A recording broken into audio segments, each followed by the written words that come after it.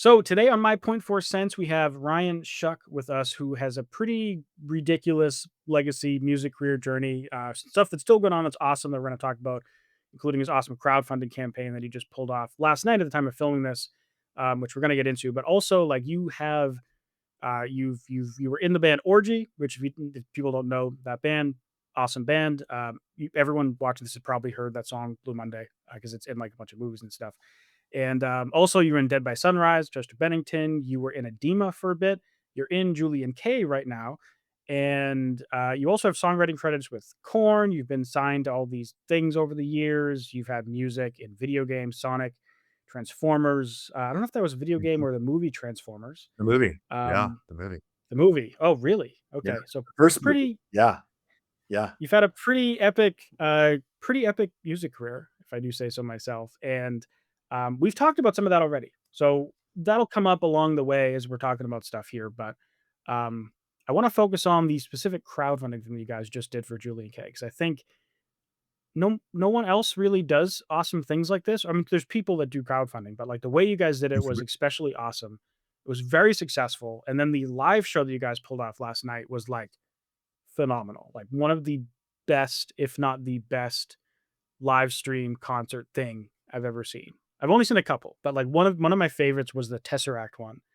They did a thing called Portals. That I think that they're like sounds a like it would prog be metal. really, really good. Yeah, it was really awesome. And yeah, your guys's was up there with that, which I was expecting it to be awesome just because I know you, but I wasn't expecting it to be quite this awesome. And so I Wow. guess Yeah. if you could walk everyone through kind of what was this crowdfunding mission you guys did, and then Okay, we'll go to the nuance of how you marketed, how you talked about it, all that stuff. sure. Okay. Well, this particular crowdfunding campaign that we did and this live performance that we did was really the most experimental crowdfunding campaign that we've done since the first one. We have a lot of success using established platforms like Indiegogo. And, within those platforms, there's a lot of rules, there's a lot of built-in systems, there's a lot of limitations. And by the way, if you don't know what you're doing, limitations can be really, really good. And in the Yeah. beginning, we didn't know what we were doing. And most people don't. Some people intrinsically get it. But I would say that to do crowdfunding correctly, you really it is truly a lot of work, and every campaign that we've done has been months and months and months of gaming out the campaigns and building them like we would be building a really fun game for our fans. For something people can get involved in where there's actual, dopamine hits involved, and there's things you can sort of like, you know, it people always ask, "How is it that you sell out of the $1,500 perks within the first 5 minutes? Like, how do you do that?" And, well, Yeah. we make a bit of a game out of it. We make everything limited, we do all these really, really cool things. There's a lot of thought put into every single perk, like what makes one thing different than the other thing. We go through and we test, how everything is working, the purchasing, all that kind of stuff. You have to really figure out all the things that have to do with, shipping. You can have a successful campaign and find out that you built it incorrectly and have the shipping bill be more than what you raised. So you got to be very, very Yeah. careful, and that's only getting worse now with all the customs and tariffs and everything that's happening. Everything's gotten much, much more complicated in that regard.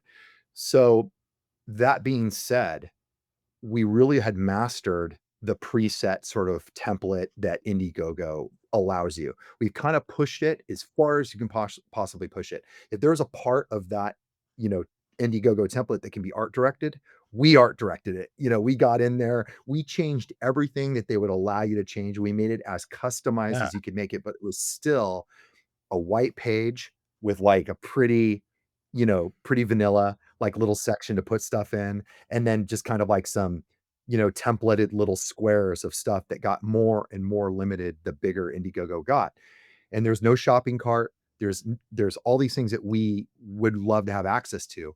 Also, if you're in there, focused on this campaign and you're buying that stuff, wouldn't it be cool if you could also, like, while you're in there, buy some of our other stuff from our store and all that kind of stuff? Yeah. So these were all the things that kind of bothered us, and we were so good at doing it I guess we can call it the standard way, that we kind of put off the risky way. And that is the question started to come up a lot in our little circle.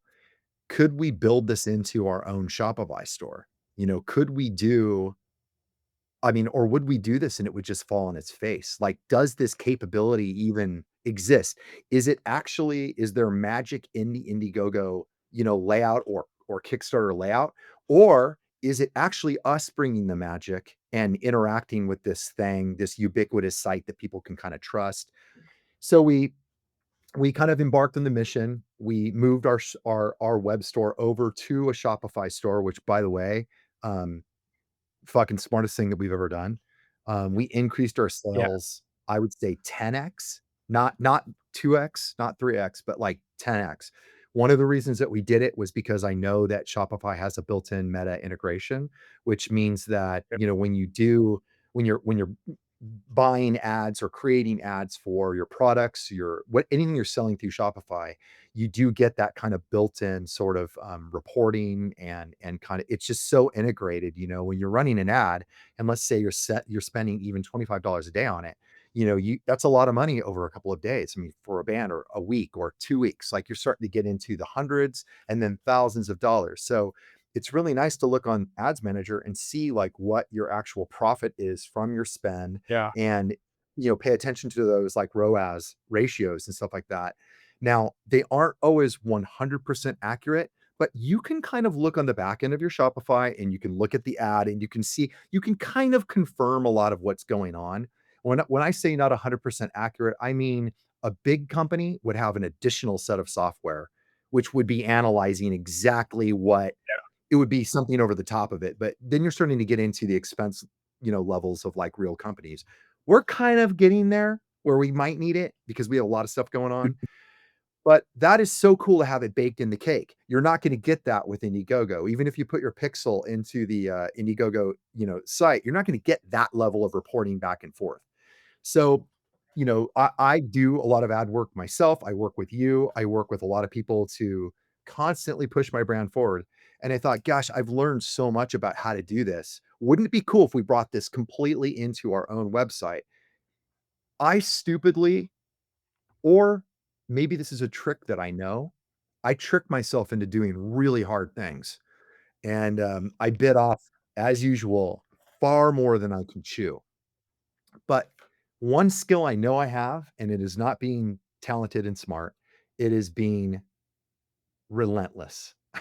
So I ended up, getting everyone that's involved in our business, from our merch company, Go Circus Merch, which, by the way, I recommend anyone that plans on building a real merch business, partner with someone like them, if not them, because they're Shopify masters. That's who can ship and stock all your goods, all this kind of stuff. And if you get to even our level, which is, in my opinion, not that big, but we're really selling stuff every day, and you go on tour and all that kind of stuff, you need someone to kind of make that continue to run. And if Yeah. you get your Shopify and your online store game working, then it's going to be working when you're on tour. So I recommend Amen. that. They helped us immensely. You even gave me excellent advice in a ton of different ways.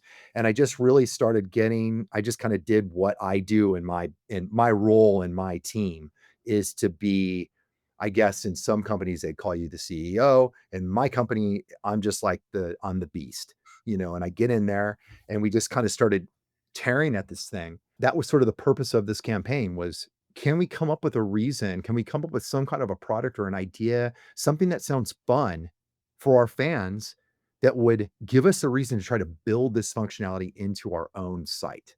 So, I almost went into like breaking down the whole thing, and I'm sure you're gonna ask me some better questions, uh, but then No, what that I that can was think of. awesome, I think you guys did in particular a really good job of how you really made it feel like it was part of your world and your brand. Like this show, it was called Ritual. At least that's Yeah, the I mean, and even when you sent it, you said, well, I'm not gonna say it, but like there was where that came into play even for the friends and family invite thing. But you the show was called Ritual, and like you the branding from the aesthetic, right? From the outside looking in on the sales. If you go to Julian-K now, it's on there. I don't know if it'll still be on there, yeah. in It a should week be or up so, there for a whatever while. it airs. Yeah. But you have this like master techno alchemist for $1,500 package. You have Ritual Complete, only 50 available. Ritual Essentials, and then the Acolyte. So you really did a good job of branding it, and the images for all of these different tiers are very like on brand, and they're kind of dark, and you guys are all dressed up in your dues, and you got the equipment that you guys do, and the different perks of them were, I think, very well suited. Like you could just go in and buy a ticket to this online show, but it came with a CD/digital download of the show. So you're giving people a special physical item to kind of commemorate that you were there for this thing, Mhm. even though no one was physically there. They get Yeah. a piece of merch that actually tells them that they were there, so to speak. And but going up these tiers, they start including things like special. There's a special T-shirt that came along with it. Your new album. Actually, that's not your. Is that was that your new album? Dark Mode. Was that your newest one?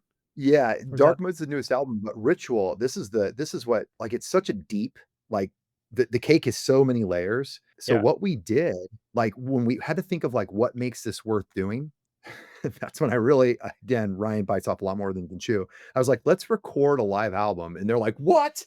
But let's do it in front of everybody.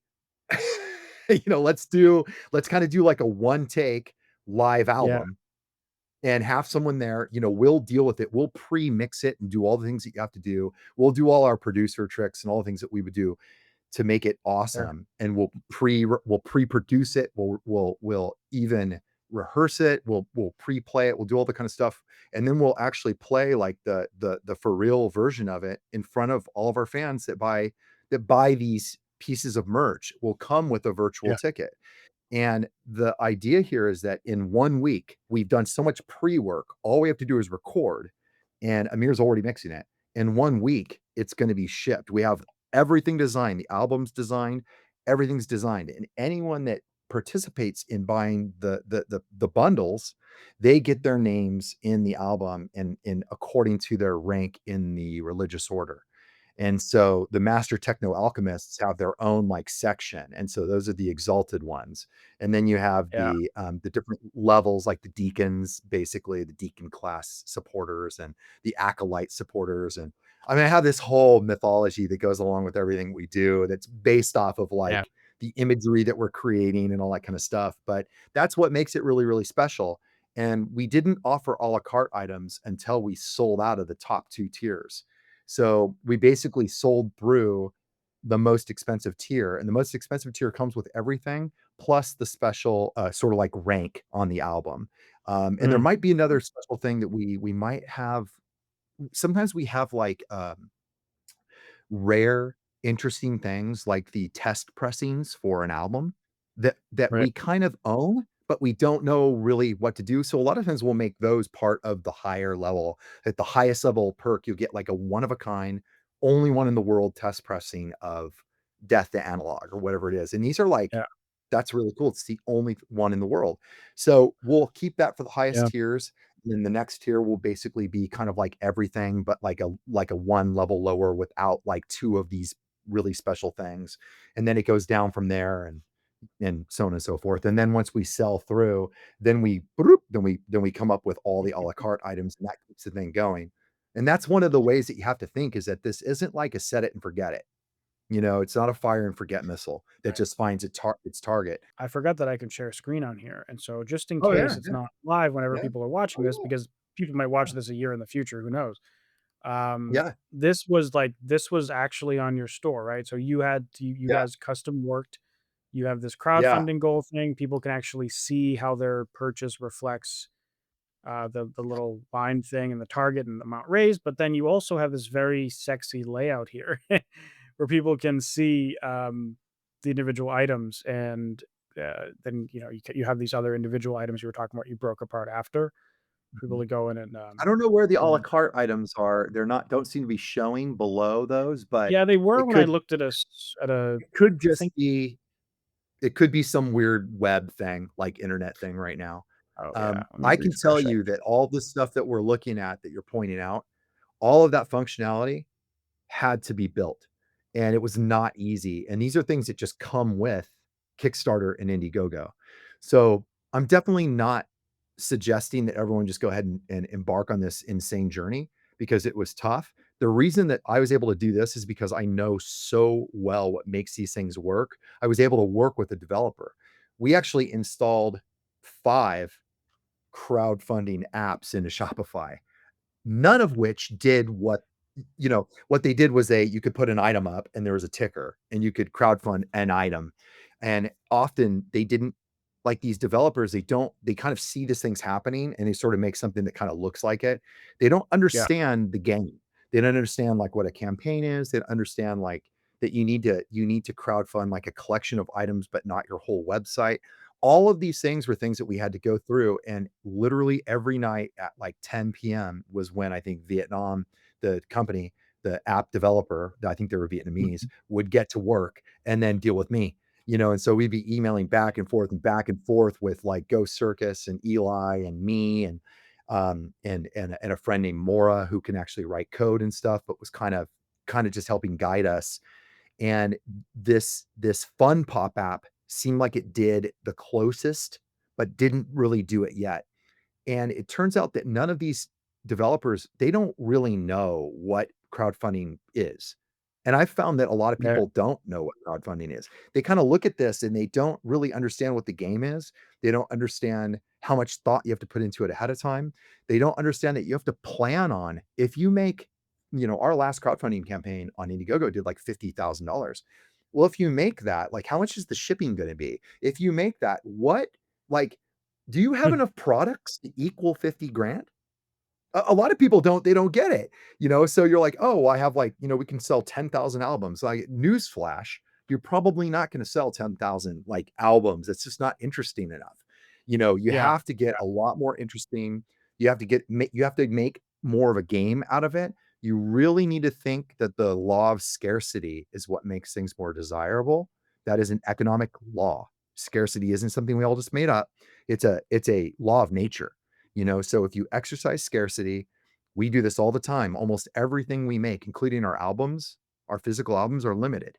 So when we Yeah. do another pressing, let's say we sell the 10,000, CDs that we created for the first run, the second run is going to be actually a different kind of art and different. We might even change like some of the songs. And that is just the way Yeah. we do things. Everything's limited and we have a really robust merch business because of it. Well, with the crowdfunding, you want to make it a game even more. And a lot of things I think that a lot of people miss, and this is, I think, why we were able to bring this over to Shopify and out of the Indiegogo world, bring it into our own world, and it still worked. The key to all of this is the fans, and it isn't having a million fans. It's having like 500 to 1,000 fans that give a shit about your band. Right. And what that means, I call it watering the garden. And a lot of bands that we work with my company at Framework, they want to do what we're doing. Everyone does. I mean, I have major management companies calling like, "Can you do this for this big band?" And it always comes down to, look, either they're big and they could just do a pre-sale and sell a ton. But if you're kind Yeah. of medium like us, what matters is, have you been watering the garden?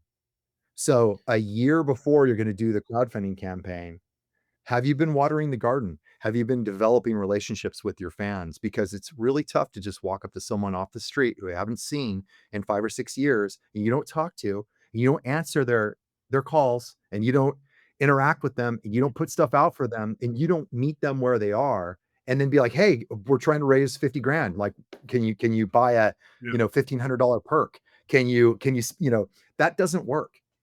People will buy I know artists from like that are like 10, 20 times bigger than you guys on Spotify, for example.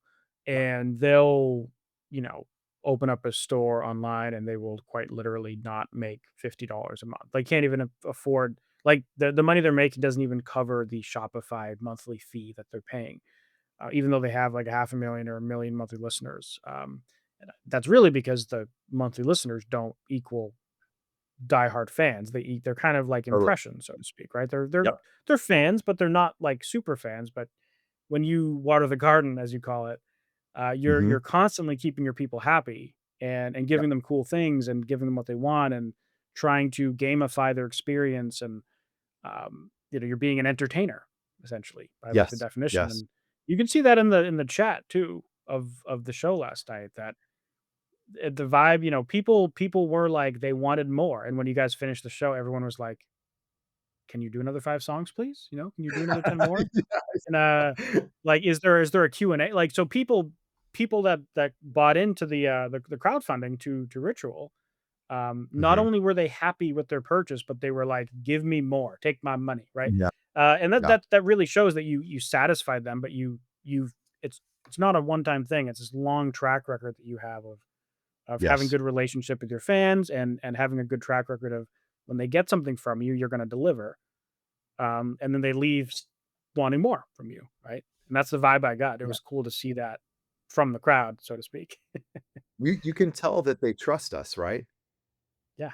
It's kinda crazy. You know, it's They something refer that to I you guys haven't by re your names too. Like they're like Yeah, specifically like, there's one part where you're like screaming in the microphone and someone was like Ryan's going beast mode or something, and then someone's like, "Oh, Amir's," like Amir was playing with the theremin at one point in the show, and they're like, they were talking, but they're addressing guys by name and they're making yeah, inside jokes along the way. Like they yeah, referred to your new drummer at one point, and then someone else yeah, was like, "New drummer," yeah, like 'cause I don't know, yeah, I don't know what the joke is because I'm not yeah, on the inside, but they were making inside yeah. jokes with each other and they knew each other, some of these people, you know? Yeah, it's a community. Yes, Yeah, and we foster that. So, via Patreon, via our Discord, via there's a chat now built into Patreon, which is kind of useful for me because I hate having to right, manage all these different things. Via our shows and VIP, the campaigns, we spent a lot of time putting together a pretty robust mailing list, which is now kind of a new thing for me that I'm learning how to use very that in a major way, which will now turn into texting people now when we're in town and all this kind of stuff. I think that with modern technology, there's really no limit there's no end to how deep you can go to try to get connected with your fans. And I yeah, think really, uh what do you call it? I think really dedicated artists are going to do everything that they can to get fans out at each show and all this kind of stuff. And I think nowadays you have to do that, especially after COVID, where pre-sales aren't like, you line up a tour and pre-sales are, three or 400, like at a club, whatever. And you're like, yeah, COVID completely seems to have changed that. For some reason, pre-sales like don't happen as much anymore. Like people will still show up, you can still sell stuff out, but you don't have that sureness. So, we've gotten really, yeah, really deep through ads, through our mailing list, through every kind of vehicle that we know that we can really get to the people that care about us. We want to let them know. And the flip side of that is we're also not annoying. We also don't abuse them. We treat them like they're people who actually matter because they do. And we try to do it's not just ask, ask, ask. It's also kind of give, give, give, and do cool stuff that they dig. And I think the trick a lot of artists will listen to me talk, and believe me, I work with them, and they're like, it's like so much work, and I can't, like, oh my God, I gotta be authentic to myself. And I always just look, I'm like, do you think I'm not authentic? I'm completely fucking authentic, you know? The reality of it is I'm just more honest with myself. I want people to like my music. I understand that we're in a relationship, and I understand that in a relationship, it goes both ways. And you're not just here to like satisfy me. I'm here also, I'm not going to lie to myself and act like I just want to sit in my studio and make myself happy. That isn't what I'm doing. It makes me happy to do, of course, but what mhm, makes me happier is seeing people love it and react and enjoy it with me. And, so if you follow the reasoning and the logic down, you understand that this is a relationship. The ads that you yeah, do have to be relationship like. The emails that you send out should have some personality that is actually you. What's fun is that our fans know that Ryan, the guy that's talking right here, is who I am. They also know that the guy from Julian-K and Orgy and the artist can also speak in these like I can create these other dimensions like the ritual world, where yeah, I've created classifications for our fans like it's a religious order. I mean, what am I out of my mind? But I do this all the time and they love it. They lovingly or jokingly call me the supreme commander. And I will eat that up and I'll roll with that and use that voice. At the end of the day, I'm just having fun with the people that like, we're all just having a good time, but I'm also making little movies. I'm writing stories for people, you know?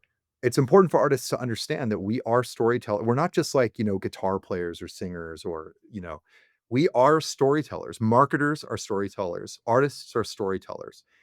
We are building a robust world that people want to interact in, and the crowdfunding campaigns are no different.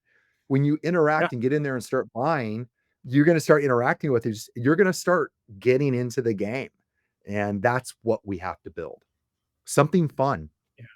I've you seen a know. lot of boring crowdfunding campaigns where it's just help us pay for our album. Ugh, And I mean, I'm sure for some I know actually I know for a fact for some artists that has worked because they have plenty of fans who just want to give them money and have them totally. support their album. And sometimes they have some perks where like you'll get the vinyl, you'll get the CD, you'll get the Mhm. shirt, but I and there's ways you can do that that are more exciting. But I there the if you can make it feel in your own world and feel like this custom exciting thing that you're happy to be a part of that feels special, I think that that helps. And on the scarcity note, there's this cool label that I might have mentioned in another podcast thing I did, but they're a label called Wax Vessel. I don't know if you ever heard of them, but they Love the name.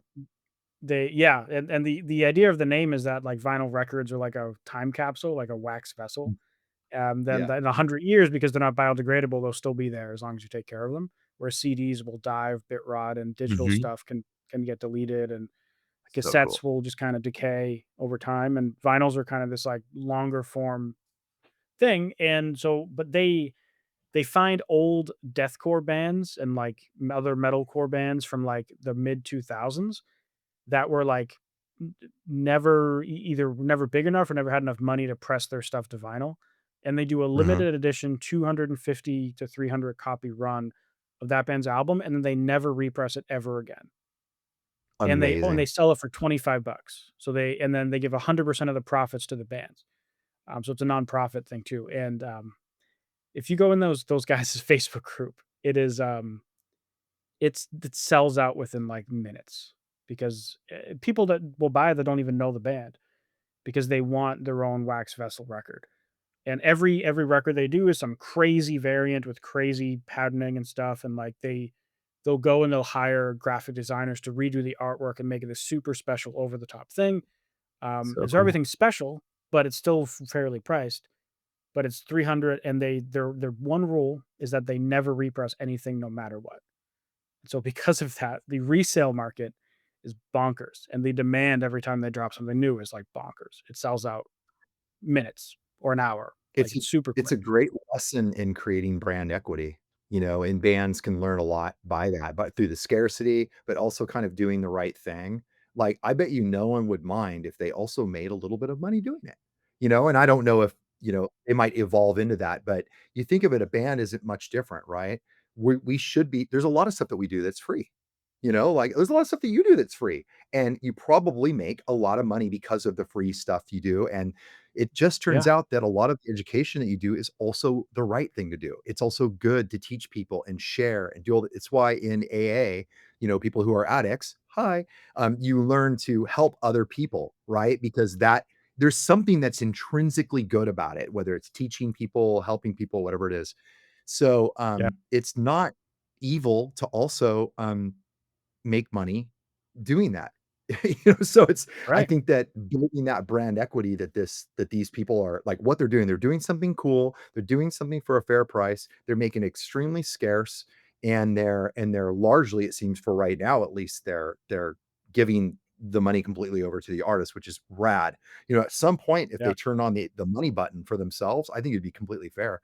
Think of a band a lot like yeah. that too, you know? Make really cool I stuff, think the only way be they make fair. money is they'll occasionally do a limited edition T-shirt run that they let people buy too. But it's also like we have 250 T-shirts, they're gone, they're gone. They'll do it like twice a year, and that's how they make money. Aside from that, like the labels like their side thing. The Yeah, people who run it have their own jobs, and it's a nonprofit. yeah, Um, yeah. but Yeah, it's it's a really good way to turn it into a profit because now you can see because they've created the culture and they built in that yeah, value and that trust, they could probably start doing more than t-shirts and it would really, really work. And, I totally, think that what we do is not that different, in a way. I mean, I know that there are differences, but I think some of those core yeah. concepts are very important, and it's This whole cool to study. scarcity mindset, and it's much different than like what would you rather buy? An album that you know will be sold forever till the end of time on Amazon for 25 Yeah, bucks, or an album that there's only gonna be 300 copies ever made to vinyl or CD, whatever physical format, for wow, 50 bucks, right? yeah, Like, it yeah, there is something cool about owning something that other people can't get anymore. yeah, yeah. And You that's you I might think that's notice helps a lot. we sold a cassette as part of our campaign. Now we know that Yeah, a cassette is not something that most people can't even play it, but it looks really cool. It's an object. It's something kind of special. It is actually our album, and we have a song on there that you can't get anywhere else. So we do some weird stuff. We yeah. understand that that's almost inaccessible, but there's something very special about doing that as well. Like we put a song on there. Like there's the album and another song that you can't get. So we do All of some a weird sudden, game. the local eBay is just selling Walkmans, and like, why are all these people buying Walkmans? Yeah, Like, "Oh, Julian-K yeah, sold a cassette." yeah, yeah. I mean, you'd be surprised if people are, like, finding their old Walkmans and, like, finding, like, old, component, hi-fi gear and stuff like that. So, it is Yeah, it is just part of it is just fun stuff. The cool thing about vinyl, though, right now, vinyl's doing great. We sell vinyl like crazy, and I think that everything that you said about that brand, Wax Vessel, is completely true. People are really, really liking that physical yeah, thing that is valuable made on this cool material, and yeah, it's a big deal. The only issue we have with vinyl is the lead time, and that is a yeah, serious, serious concern when you're doing crowdfunding and all this kind of stuff. We would have shipped our last album, completely been done and shipped it within weeks of the campaign ending if it wasn't for vinyl. And something that you gotta keep in mind when you do crowdfunding, you have to understand that all this stuff has to be shipped. And for our campaigns, shipping sometimes is $10,000. So when you sell thousands of items, it is going to be thousands of dollars. You got to think about yeah, that. And you got to think about if you make a poster, what does that go in? How does that go with the other items? And you have to one of the yeah, tricky things about Indiegogo and Kickstarter is you have to pre-figure all this stuff out, and it's very easy to get it wrong, and to yeah, find out that you sold, I have friends of mine that are happy when they have like a $15,000 campaign. For us, that would be like, we'd be in trouble. But they do that, and then they find out the shipping's 9 grand. And I'm just like, well, you made this poster and you have this vinyl and this other thing. How are you going to ship it? They won't all go on one thing. So these are yeah, like really out of the box things. Uh, I mean, we get hired for this kind of stuff to kind of help people figure it out, but you have to figure this stuff out. This, especially if it works, you don't want it to be working like crazy and not even understanding that you're actually selling something that comes with this backside that's gonna really, really hurt you. And then there's yeah, also the actual fulfillment of this stuff. Our first campaign, we were like, we did a great job after a year of debating whether or not to even do it, because I can explain that later. We tried some of the standard way. We tried to shoot a little commercial and everything was terrible. And we tried to be cute, terrible. But uh, yeah. Actually, did we you were guys crowdfund your first Julian-K album that you ever did? No, we started out Julian-K has a very weird origin story in that we had label offers and we ended up doing, um, what was going to be bigger than a label with a friend of mine who is a tech titan, like a literal, like, Elon Musk level, type of billionaire who had an incredible, idea about the way music could be delivered. It was before Spotify and before all this kind of stuff. So we did this kind of very unique deal. And Mm, for a lot of reasons that didn't have to do with us or even the business validity, he had a lot of other stuff, baggage that kind of came into play. It was actually very public. It was in the news and all this kind of stuff. And so we mm, ended up not being able to do that. So we ended up doing a more traditional deal with Metropolis, which was fine. And we did our album, and that was our first album. We ended up buying our album, our whole deal out and buying all of the inventory and everything, which was the best move we ever made. We bought everything ourselves and sold every bit of it for huge profit. And yeah, it just really kind of taught us a lesson that they had all this stuff. Why weren't they? I'm not saying anything negative about Metropolis at all, but it right. showed us that if we have all the stuff and we care, we can get out there and make this stuff happen. And now we've just gotten fast forward, 13 years or so, or however long that was. Now we've gotten really, really, really, really good at getting our arms around the business and, really removing the friction between us getting our product to people and keeping the flow going. And we have a warehouse here, we You have a you've warehouse up in you've LA. lived on that whole, like, label world where, like, you have a team of people doing everything for Yeah, you, and yeah, you don't have to think about fulfilling records and all that stuff, and then yeah. now, I would assume that was actually a big motivator towards doing it the way you guys do it now, which is a much more kind of indie grassroots way Mhm. where Yeah, you have partners, right? You talked about that fulfillment company, but, like, yeah, you guys are in control of everything. We're supposed to how a lot of your musical life has been. It was kind of the yeah, opposite, right? Like you had a lot yeah, of label support, and there were other people doing things you probably didn't even know about. And of sometimes the course. thing you don't know about is you don't know how much you're getting screwed in the whole Sometimes thing. sometimes it's good stuff and sometimes it's bad. It's funny, a lot of the people that we used to work with that were awesome, I still get to work with. They're all in the indie world now. There's a guy that we work with for playlisting that was my old radio guy from Warner Brothers for Orgy. I mean, think he knows the business? Sure. But those guys that Yeah, they aren't working for major labels anymore. They're contracting for them, but they're working in our world now, and doing more independent, playlisting promotion and marketing and stuff like that. Because I wasn't an asshole back then, I'm still, cool with all of them and they still will, you know, they'll still work with us and help us and advise us or I can hire them and stuff like that. But largely now, any partnership that we have would be with like Ghost Circus. It would be a strategic partnership. People I work with, like you, who I have a strategic, relationship with to accomplish stuff that we can't really figure out on our own, or we need some guidance or whatever. With the end goal always being getting the band sort of trained up so that we at least know it, we at least know how the things work so that we can help be good partners. That's something I right. think people get really wrong. It's our job to be great partners, coming into it like a dumb musician, demanding or not knowing and being oblivious and inattentive and Mm, expecting so much of other people. I think is not a great way to go. I don't think it's the modern way. I think the modern way is to come in with a humble heart and humble mind and be learning as much as you can and learn how to, understand that these people are going to execute for you. They're doing a bunch of stuff. You need to make sure that you can fulfill your side of the bargain and be helpful and ask intelligent questions and, learn why they need things a certain way and don't just be obstinate, and I definitely, I still see that to a degree, these days. I think younger bands that don't kind of understand that this is the way that you need to be nowadays to be independent, or even work yeah. with a team effectively, you know?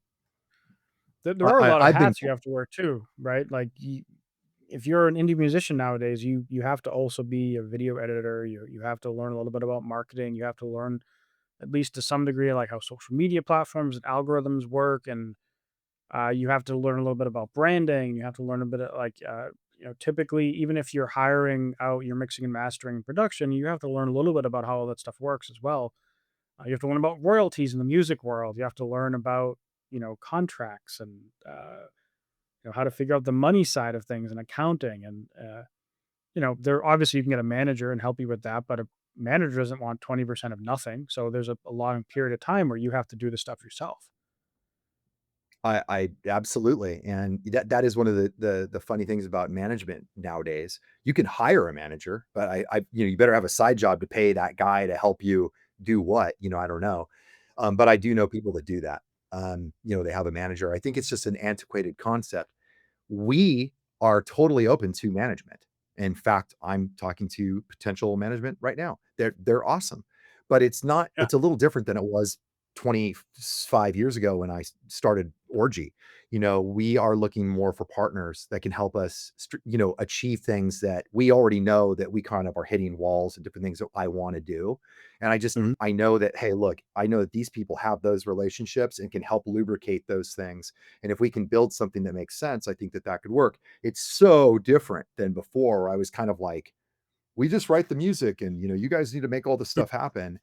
And I think I think things would have been even better. Things worked out great for me back then. We sold millions of albums. It probably would have been even better if we could have been even more if we could have been more proactive and helpful. Not that we were terrible all the time and we were just young musicians who were famous and but I It think was also a now different time, like, back then, there was no expectation that sure, you in that position would be doing it. It would actually be kinda weird if you were more involved back then, totally. just Totally. hearing about how, that it was just kind of the world. There was a whole ecosystem around things being done a certain way, and there And wasn't really such a thing so much as, like, a purely independent artist, I guess. I mean, there was, but it was just different, it was completely yeah. different now where indies are, like, competing, like, seriously. Technology utterly changed the business landscape. I mean, it's all honestly, love them or hate them, but, like, Facebook and MySpace in the beginning, but more Facebook now because of the advertising component, Meta and Google, and, they basically enabled the rise of the indie artist, I mean, Yeah, they're I mean, seriously, I mean, how else in TikTok now and all that kind of stuff. Now, savvy and talented young artists who are really good at using this kind of stuff and getting their message out can really do something that we would have needed MTV for. And there's just these huge gates back in the early days, right? That you couldn't get over. You just could not get over it. Now there's thousands of little doorways. There's still some big gates. Don't get me wrong. I'm actually at those gates right now because we're doing so good in our business and our band is doing so good that I can go in and out the little doors all day long. But there are a couple yeah, big gates that I do need opened, and that does rely more on the old fashioned, like, kind of having some relationships, all kind of stuff, but right. yeah, that's very different. The fact that we were having a conversation before we started this one about newer models of royalty collecting and stuff like that. I'm finding ways to get royalties now that are owed to me, probably been owed to me for 20 years, just by, like, relationships and people I'm meeting through it's software development, so these things wouldn't even be possible for me 25 years ago. The things we're doing and you're doing and that I'm doing, not possible to crowdfund wasn't even a concept, Right, it's right. just wild. The Yeah. tools are just incredible now. Because now someone can record stuff on their MacBook, and they can record stuff on their videos on their phone, and distribute it to Ve with DistroKid or whatever platform, even for free. And then they can use social media to gain an audience essentially for free, or if they have money with ads.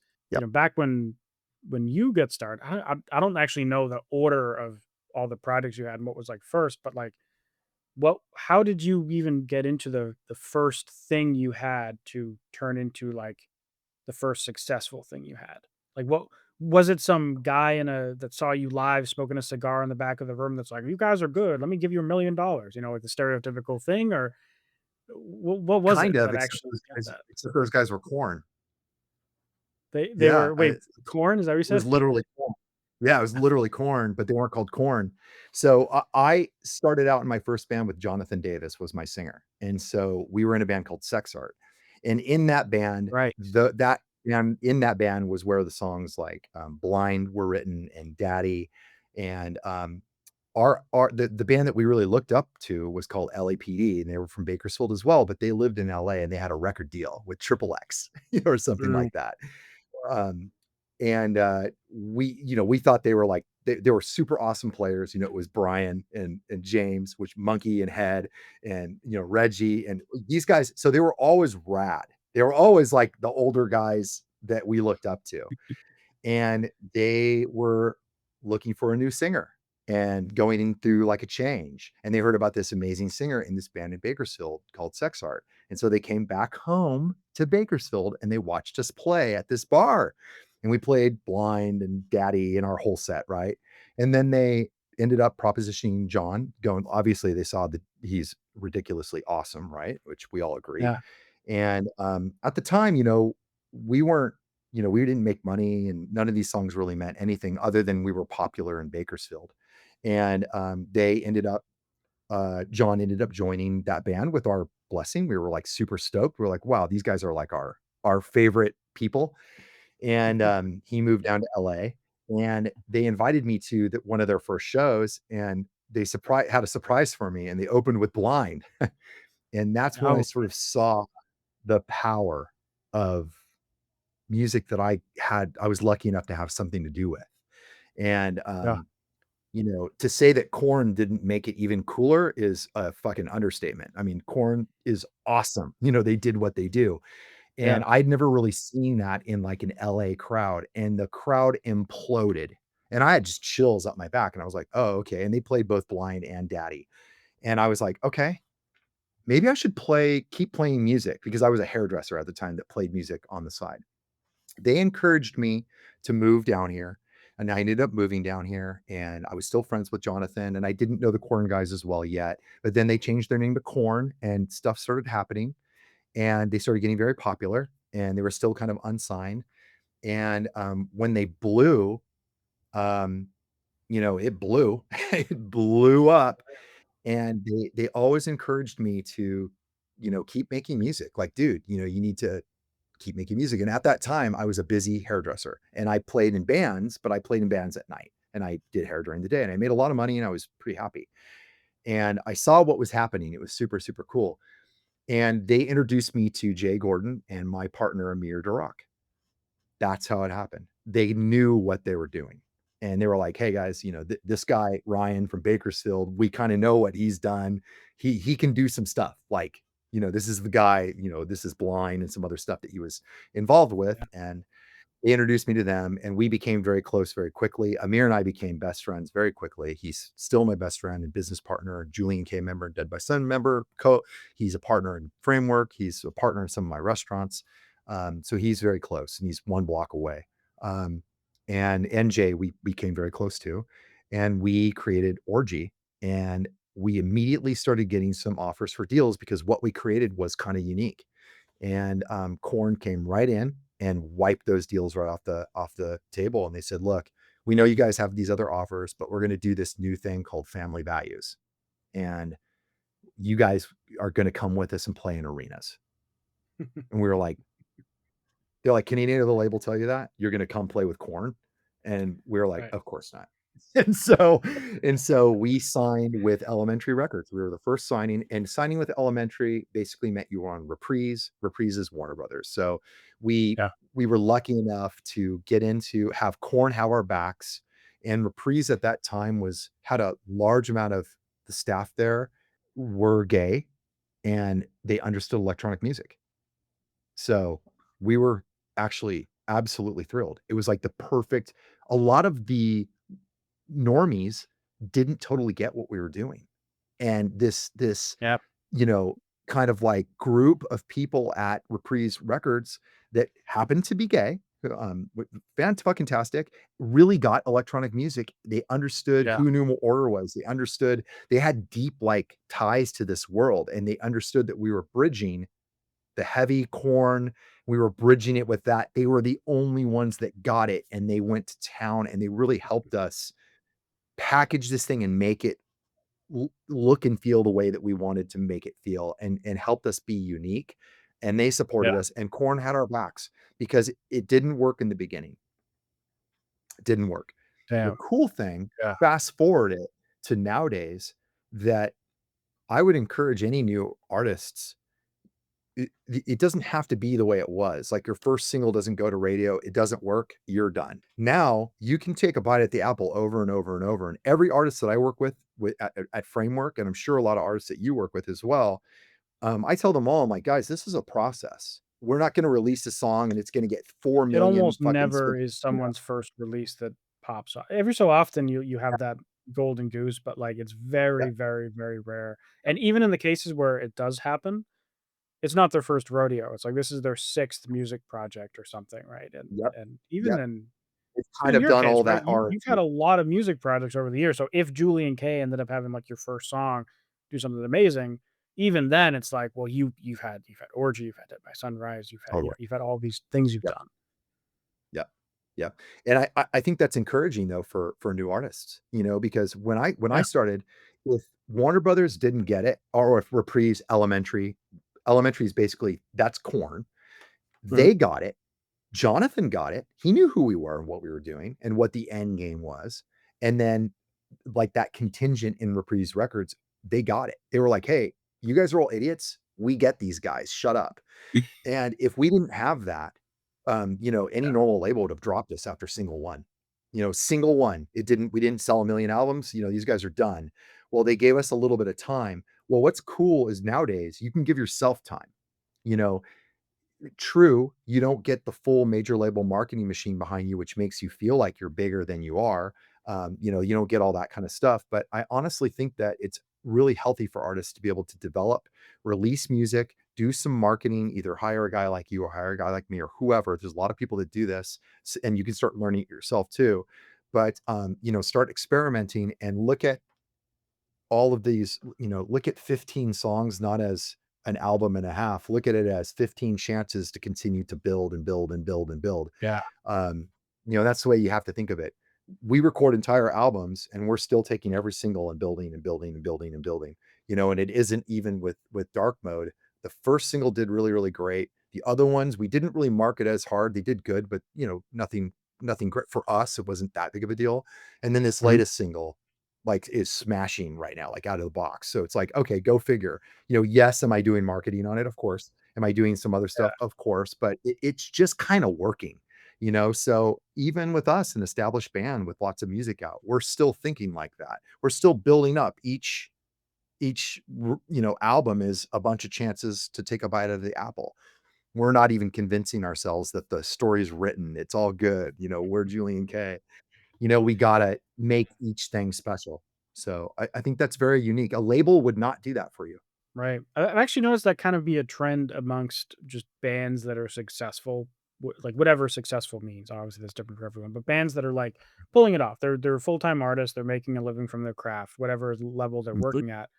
But the ones who are at, they're doing national tours every year.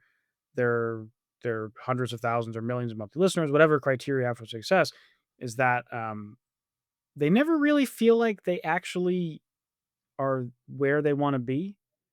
That's kind of the trend that I've noticed. Is like I don't know. What infuriates me a lot when I talk to certain types of artists is when they're constantly telling me about how the latest thing they drop is like so incredible and it's perfect and I'm gonna love it. And like it's good to be proud of what you're doing, but I've always noticed it's like the ones who are the best at what they do are never the ones who are like, I just dropped the most fire thing I ever have. You got to check it out. Like they're never bragging about what they air because like in their minds they're never quite satisfied with where they're at. They have this like Mhm. relentless, if not perfectionism, this like drive to like, okay, whatever, we're doing stuff that's cool now, but that's what I want to do. And then when they do that, they're like, okay, that was great, but now I want to do that. And then I don't know, it's just been a trend. I've talked to a lot of people, both big and small, my consult calls and then like my podcast over the years, and that, like, whatever that is, which I think what you would call, like, perseverance or something, it's like a thing that I think you have to have. It's the hunger. Yeah, I thought with dark mode, I've always wanted to be an electronic band, but we are guitar playing heavy guys. A lot of our shows are heavy, even though we're an electronic yeah, leaning band. It's as heavy as like Nine Inch Nails and stuff like that, right? And I finally got to do like an almost entirely electronic album, dark mode with Julian-K, and I really love it. And I yeah, cannot tell you, like, by the time we were even mostly done with it, I was like, "Oh, we still have not really gotten what I wanted out of this. We still need to do so on the next album, we're gonna do this, but we're gonna add, like, this is cool." I totally know it, and it's almost like you kind of achieve, or you think you kinda get it to this place, you raise it up a level, but when you're there, you see more. There's actually more stuff you can yeah, do, and there's more feelings you can hit, or you see some other bands just open your eyes more. I'm constantly seeing artists do something fantastic, right? And you just go, okay. You're yeah, not gonna copy them, but you do understand that they opened a door that you didn't know was there. And so then I think to myself, totally. okay, you know what? I think there's another layer here that we can do, because artists are always showing us that we can do something as unexpected. That's the magic of, Right. so far, it's what makes humans cooler than AI. Well, when So it comes to, far. like, what yeah, so far, I guess that's a good point. You never know, but, like, when it comes to you're actively in Julian K, you've had all these awesome music projects that I'm assuming you're making all this passive income stream over time from, right? Mhm. and Yeah, and some of it was with different label deals, and I'm sure some of them were not as favorable as others. But either way, you have all this very successful stuff coming in residuals over the years, and you have your own restaurants and stuff like that. So, like, I would imagine from your perspective, Julian-K isn't something that you have to do. It's something you do because it's this thing you, like, either want to do or just need to do. And, yeah. um, it's just I I thought don't I know thought who about I that the am other with the day, like, some people just they only thing they do is they own a restaurant, and you have several restaurants, and you have this residual music career, and so, like, I thought about it, I was like, you know, you're not in this position where you have to do this stuff. You do this stuff because you totally. wanna do this stuff, or Yeah, well, I guess yeah, you have to, but not from the perspective of, like, I need to feed my family perspective. It's have to because, like, it's that itch, so to speak. yeah. I don't know who I am if I don't do music, and I've thought about it a lot. There have been times when I thought like, why don't I just, sell my house and move somewhere you can buy a house in cash and all this kind of stuff. That's all possible. And I could kind of be retired, like but I could still do stuff. But Yeah. it's a thought. It doesn't mean that I'm some super rich person because I'm not. I don't that's not what I mean, but where we live here in California, when you move this somewhere else, Yeah, you can if you do move to, some like, really awesome. Oregon or something, or Sure. Florida, Which, right? by Like, the way, it's sounds awesome to me. But, there is something, in me that is I don't know that I can stop, and there is something like I'm still as feisty and competitive with my music as I was sitting there with Jonathan 30 years ago, detuning our guitars, drinking beers and, experimenting with these new sounds and hearing all this, wanting to just do something so different and so like just make people go, what? I'm not even sure if they like it yet. I still have that thing in me. I still want to create these feelings and I want to be better at what I'm doing. And, yeah, there's something wrong with me. it's, you know, I'm yeah, 52 years old, like, it'd completely be, calming down, but, no, no. it's the opposite, you're ramping it up. You're ramping it up. Yeah, Um, I got a problem. what another thing I wanna ask is, you talk to a lot of artists too, you help artists with the marketing and all these other things you do in Framework. If someone comes to you and they're like, I got a couple songs, I got, like, 5 grand, and I got these songs, I got these videos, I got these assets," whatever it is, right? How would you recommend that artists allocate their time, resources, funding? Let's say they come with you and they have 5 songs at 5 grand. Like, what would you advise they do with that money, with their time, with their resources? Oh, boy. I think the only thing that you can do right now is, meta ads. You know what I mean? It's the only game in town really for especially for that kind of a budget. You can actually do something with 5 grand. There is if someone's gonna do it for you, you have to get paid to do this kind of stuff. It isn't like a just a quick, simple thing. Building campaigns and managing a campaign is a real deal. Like, someone's sitting there doing it, they're changing things. But, you can learn a lot of it yourself, and I think even with 5 grand, you could get a you or a me or a someone to Yeah. actually even build some of these campaigns. You can look and see what we did and even kind of, like, take those ideas and start learning what it is. But I think with 5 grand, I would definitely learn as much as I could about doing these ads myself. And you also mentioned content, right? So you said they already have content. So we're assuming Yeah, they like, let's shoot say they've kind of already have social content. They don't have, like, a fancy music video, but they film some cool stuff on their phone and all yeah, that. that has to do with the songs and the music and all that kind of stuff. So that would be the other thing is you do have to have content.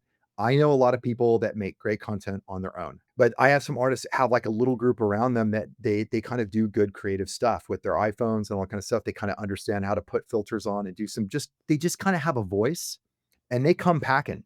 They come to me for some ads and they come with some good content.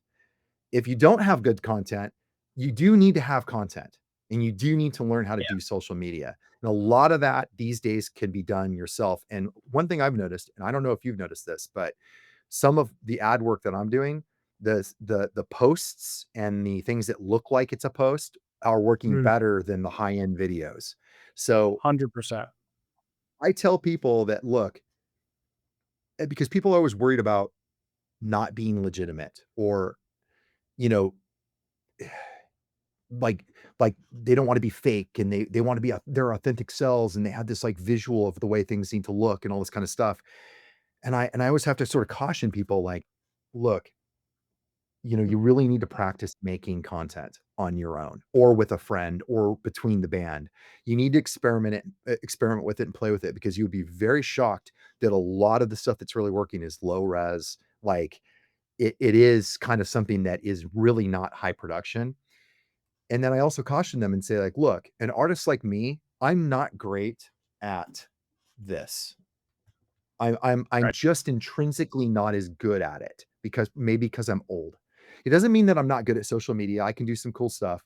I still have to speak through videos and stuff like that. That's just kind of I know that. So I accept that about myself, but just understand that there are other cool younger artists with different talent sets that kind of beat Mm. me at my own game because they can do stuff that just works better now. So don't look at Yeah. what I'm doing necessarily and go, "Dude, Julian-K did like a $10,000 video. We gotta do that." No, no, no, no. Don't think like that. Like, if you got $5,000, I would pump all of that into promoting each single using meta ads personally. There's not a there's not a whole lot of use for Google ads and stuff like that for this particular thing. I would kind of do what it is that you're doing and one of the main themes that you talk about. I would definitely do that. And it's Yeah. exactly what my band does. And it's exactly what a load of bands that I work with and bands that I don't work with that are on labels are Right. still. I think the shocking thing that I found, and you probably found this too, Andrew. I do some work with labels now. Weirdly enough, a lot of them don't have people like you and I sitting in a room, and I'm always shocked. Yeah, I go, well, "You don't a have." lot of times they outsource their stuff now, so they don't even have much of an in-house marketing team per Yeah, se. They have yep, like I don't know what they would call them, but like a person who just goes off and hires the individual teams they need. So yeah, like with this one, we want a digital ad campaign, we need an influencer marketing thing, and we need some playlisting. And they'll go off to the yeah, independent companies and hire that out, or one yep, partner if they have one. But um, yep. it's they don't seem to ever have it. Every so often, I've seen that wrong. Like I talked to a guy who was like his job title was something of marketing at I believe Universal. Mm, And he needed help looking over some ads they were running, right? So we did a call to help him with his ads for like that he was running. But like I don't think he was something he was like supposed to be like, he wasn't doing a ton of different ads. Like, there was a project that, like, he was part of his team that he was, like, going out of his way to, like, make sure that went particularly well. Because like, he mentioned that the fact that they outsource a lot. Like, he doesn't have a team of people to help him. So you can imagine how many artists they have, right? Like, such a totally. high amount and the big budgets too, and he wasn't talking about he had this, like, big team of people to help him manage these campaigns. It was just, like, him running a couple campaigns, and they outsourced everything else. It's Um, wild. Well, it's even up to the promoters for all the clubs that we're playing. They all run ads and they have marketing and they have marketing budgets. I deal with Live Nation and all these kinds of, entities. But now that I do a lot of advertising for not just my band, but for my clients and stuff too, and I'm in there buying ads for a lot of these tours because what I've learned is that a lot of these, even if they're like outsourcing this stuff, I can still look in the back of their ads manager and I can see their traffic campaigns with like yeah. not any of the stuff that you're supposed to do to make it an actual campaign. Because it turns out it's actually a lot of work. We'll create a landing page, properly put in the CAPI and the pixel and all that kind of stuff. Make sure all that's right. Someone has to do the data entry. It's especially if it's a tour thing or whatever, then you have to make 30 Yeah. different landing pages and then you have to make ads for each one if you're going to do it like that. There's a bunch of different ways to skin the cat. But I deal with this all the time. I get back from promoters, "Hey, so yeah, we've gotten 400 clicks, on our ad, so it's doing really well." And I'm like, "Okay, cool. What are pre-sales?" It's like, 20. Yeah. Okay, cool. Well, that's not well. So then we'll just wait because as we get closer, we'll run our campaign, which will be much more tied to a result. And if it's not, we'll tear it all apart and redo it. As you know, Andrew, you've been watching me do one right now where I'm banging my head against the wall to get it to work. But that's what it takes, and then you have, like, the bands like, say, maybe Nine Inch Nails, Korn. These are the ads that I Yeah. see on my phone, and my clients come to me with this sometimes, which I actually think is smart. And I showed you Nine Inch Nails recent advertising, and we were trying to figure out how to get Yeah, the buy a buy tickets button tickets, that we finally and figured you out. figured it out. And so I was like, "This guy is so smart." But just noticing these things and understanding that that option is not an option that is in Ads Manager, that's deep shit. Like, most people don't understand, "Why don't you just press buy tickets?" Well, because it changes your entire ad to a Facebook Yeah. event, so you don't wanna do that. People who are messing with their own ads world, I can tell you, hours disappear with that one button because you just wonder where all your work went. Yeah, it was like me and So, you texting each other at 1 in the morning, like, "How the what the hell?" You know, and then and then, like, I text you a what? week later. I figured it out by accident, right? Yeah, Because some yeah. other person I'm working with was like, "Hey, can we boost this post?" And then, like, I find, like, "Oh, when we boost a post, we could use that button," and then, Yes, that is really smart. So here's the thing is that I think Nine Inch Nails and Korn, and I already know this actually because some of these people I know, they're hiring their own, like, the band's management, it's not even the Yeah, label. They have their own team doing this stuff, and that's very smart, but those are very big bands, I I and worked the with graphic a work. I worked with a 4 million monthly listener artist signed to, like, a big label a couple years ago, and the label does their own marketing, but they had a dedicated person on their team just for the band's marketing, because Oh, the wow. things the band would do don't necessarily line up with what the label's always gonna, right? Like, labels do a certain thing, but, like, I don't think their deal meant that, like, the label helped them with the music. I don't think the label was getting a cut of their merch or their touring, so why would the label necessarily go out of their way to help them with their ads for those things, right? So, they had their own marketing dude who was also promoting the music, but also really focusing on, like, running ads for merch and running ads for touring, and that's something you wouldn't think about being, like, a big ass band signed to a big ass label that you need to have your own in-house marketing person. Lincoln Park has Machine Shop Records or Machine Shop. I don't think it's records, but it's Machine Shop, right? Everyone kind of knows that word. Oh, Lincoln Yeah. Park, Machine Shop. And well, I can tell you the inside baseball, Machine Shop is exactly that. It's Lincoln Park augmenting the fact that they need their own marketing department, and that is pretty awesome. I mean, I'm happy to say that friends of mine were smart enough and big enough to come up with something like that, and I think at the time I didn't really understand. I was like, "Well, what do you mean? You guys are on Warner Brothers, It's a huge label. Don't they have like 15 people working on Lincoln Park?" And Chester was like, "No." No. And We're the now biggest rock now, band in the world, and they don't have 15 yeah. people working on us. Yep. But it turns out that was like, the smartest thing. I mean, it was like really, really cool and not unique. A lot of these very, very big bands do have their own infrastructure. They have the label that kind of does what the label does, and then they go diametrically opposed in a lot of things. The band just wants to do what they want to do, and they've got a lot of money, they've got critical mass, and they can do it. And when I Yeah, look at that model, I definitely when I get offered an independent deal, like, let's say, I think I told you this on the last podcast that we did together. I get offered the deals, the 50,000 bucks or whatever, like a small, which is big for a small label. yeah. And we always sit down, we talk, and it's all cool, and and it's interesting. And I just always kind of go like, okay, the first thing I'm thinking is like, what can you guys do that I can't do? Because I do a lot of stuff and I'd love to not do it. I'd love, like, so who here does your ads? And many of those meetings have turned into them becoming an ad client, not assigning, which is wild. Yeah. So it just turns out that they don't, they are So they still hiring end up out. giving you money, except not in the same Yeah, way they yeah, originally planned to. yeah.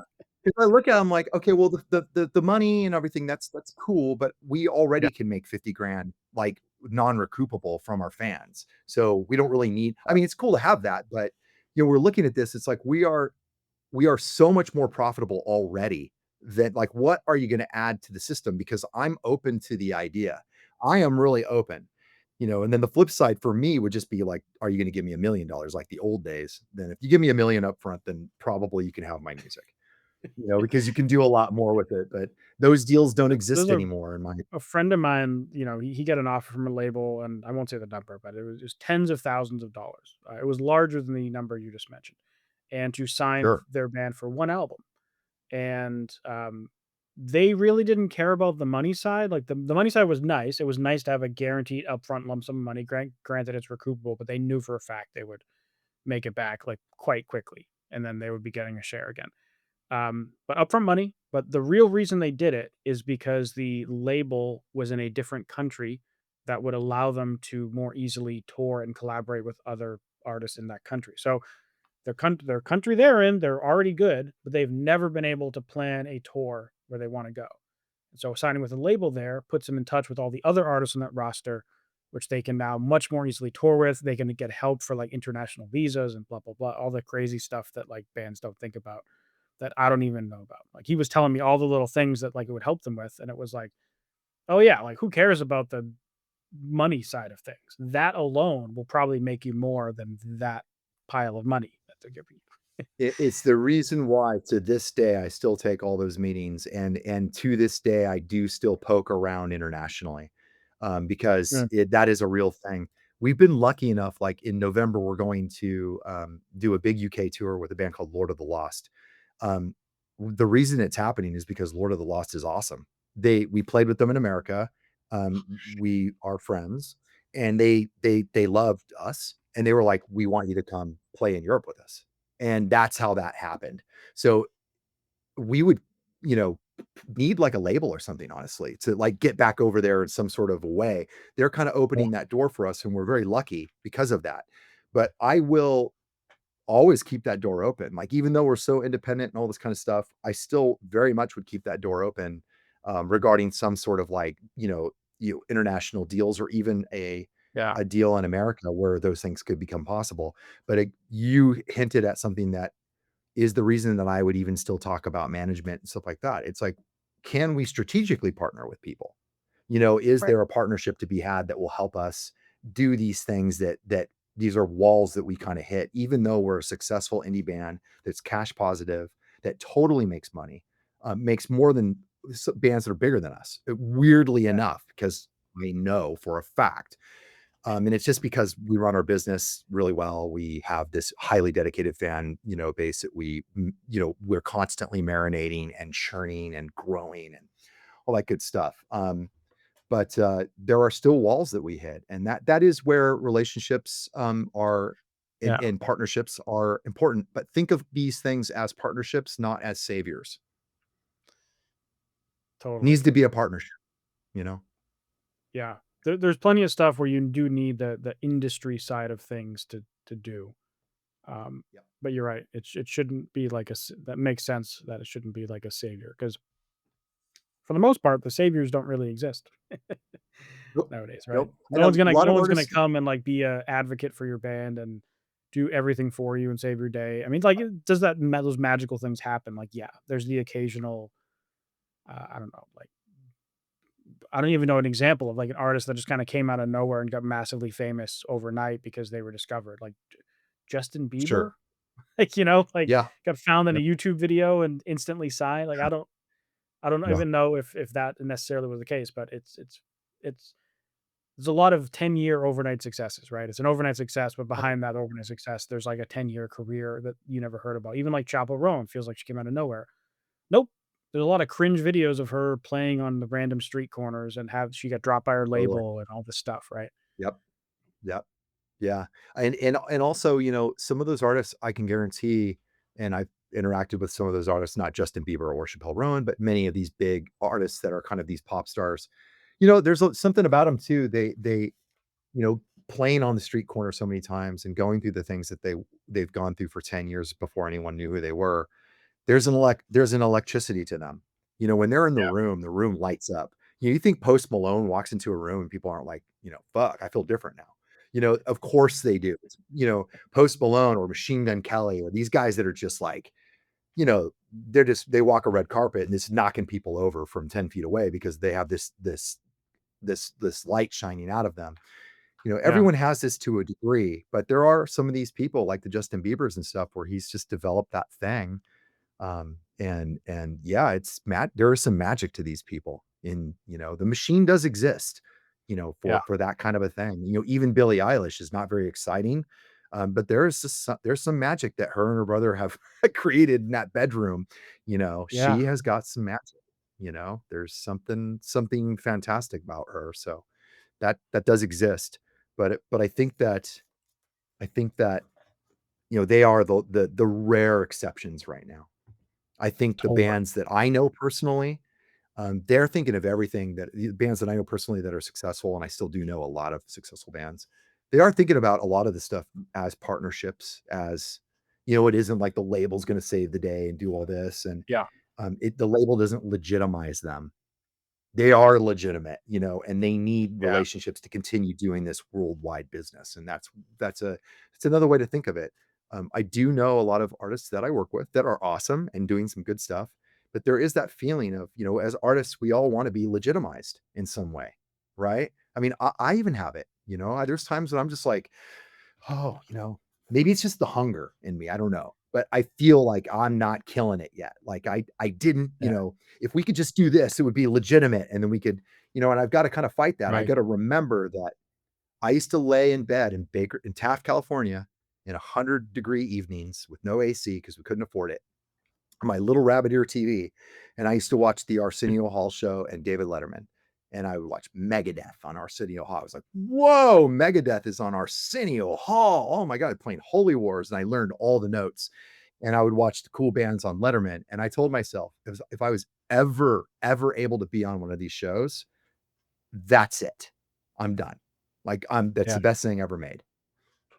I wasn't on Arsenio Hall, but I was on all the other ones from Letterman to Conan O'Brien twice to Yeah. Kimmel to I've done all. And I got to tell you that I have never got off a stage and felt more like, oh my God, we've got to go, like I just so not done, so not Yeah. finished. So I thought I'd be so legitimate, but the Yeah. minute Yeah. I walked off stage, I had 50 more things to prove. It's So that funny. never goes away.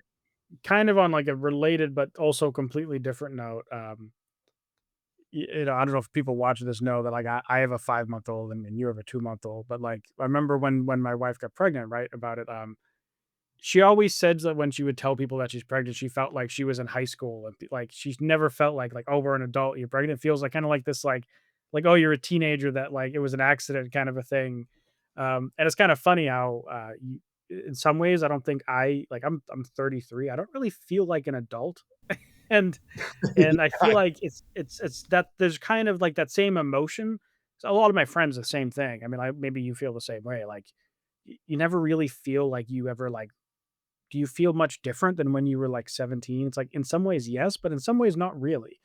And I wonder if that's the same thing that happens when you hit a certain milestone and you just feel like it's not enough. But then if you think back to yourself when you were a teenager and you look at where you are now and you think about where you were, like the previous you would be like, holy shit, you did something awesome here. But the current you, like you kind of still feel like that kid yeah, in a way. yeah. It's weird. It's I don't know if that's that's also imposter syndrome, but it's this weird thing that everyone I know goes through. absolutely. This is the great reason to do a grateful journal. And this is something Mm, that, like, again, if you go to rehab or you're in any of this kind of psychology kind of stuff, but I journaled when I got out of rehab, and all this stuff kind of really helped me because you don't ever stop and weird. sit down and write down what you're actually grateful for. Like each day, just not for hours, like a couple minutes, just sit down on the couch at night. And there'd be times when I'd be like, wow, I really like this couch. This is actually rad, and I have a massive TV in front of me that is like, and I can watch Alien if I want to. Like, no one can tell me not to. Yeah. But if you don't stop and note it, like how much better stuff is now than it was, and the things that you've Yeah. accomplished and how grateful you are for that. These types of like activities are really, really great. It can help with depression. It can help. It's kind of funny. I've literally been thinking that I need to actually re-implement these practices to get myself back into kind of understanding where I'm at in my life and all that kind of stuff. Yeah. Because you're totally right. You're absolutely right. I mean, if I sat down with a little journal, what would we both write right now? Wow, we love our daughters. Like, holy shit, like my daughter's so dope. Like I Yeah. am 52 years old. I have been one of the most destructive pirates of rock and roll that anyone has ever known. I am a crazy person in so many levels, and all my friends would agree. And I have the most beautiful little daughter ever known to, and I wouldn't have been able to do it 5 years ago or 10 years ago. I Yeah. wouldn't be able to do it. So it's like you got to note that. And I probably would write down, I'm really grateful I got to play on David Letterman. That show doesn't exist anymore. Late night is disappearing. Oh, yeah, The yeah. concept of these shows, and I got to play these things, and that you write that stuff down and just note it. Jacoby Shaddix, who is also another sober guy. He posts a lot of his grateful journals on Mm. his socials. I think it's pretty sweet, I pretty think pretty that's a cute. good thing to think about, whether you write it down or just mentally note it, Yeah, 'cause, it's yeah, shocking how often I'll talk to a band and I'll say congrats on everything you guys have done, because like, it's just like they're so successful, they did it all on their own, it's just amazing accomplishment, and they're kinda like writing out, "Oh, yeah, yeah, whatever," and it's like, "No, seriously, like, I know hundreds of artists who would, like, kill someone to be." They would go rob a bank to be where you are right now. They would trade almost anything in their lives to be where you are right now. And and then when I say that, they're kind of like, "Oh man, I didn't even think about that." Like, because then they think yeah. back to themselves when they were 13 or whatever. But anyways, man, if you had to Everyone give needs to people keep a great. watching some final advice here, aside from starting a grateful journal, um, you got some final advice for everyone watching? I would just say that, in my opinion, music right now is being a new artist is actually more accessible and more exciting than it ever has been. When I started, it was just get a guitar and we would go all pool our money together and rent a rehearsal space. It was in a shitty warehouse at the worst part of town where it was dangerous to be outside. And now, in your apartment or in your bedroom, if you still live with your parents or whatever it is, or you're in a, girlfriend, boyfriend, or girlfriend relationship, whatever it is, relationship, you can, like, with a computer, a moderately priced computer, and some software and some tools that are achievable, you can really, like, have a job, have a life, and completely invent some new possibility for yourself. And I think that that is fantastic. And I would encourage you that, even if you don't achieve all these imaginary make believe goals that are out there, success right now has such a broad definition in music. You can still have a side hustle and be doing music and, like, selling significant shows, tickets and all that kind of stuff, and have some money coming in and have it be something that's really meaningful to you and to other people. And that matters. That's okay. You know, as Andrew said, I've done restaurants, I've sold millions of albums. I do marketing now on accident. I have a company now that does marketing, and we have a label, which I never wanted to do. Um, but there's all these kind of side hustles and things manifest themselves, as you're doing your journey. And, music can very much be like this, but we Yeah. just stick with it and use all these rad tools that are available now. And there's so much amazing education. And Andrew's a great one who I'm not on YouTube, you know, except for these types of things or podcasts and stuff like that. But there's so much free, Yeah. amazing info and inspiration. I mean, you used to have to pay for this or sign away everything that you own, or, so I just think it's very exciting.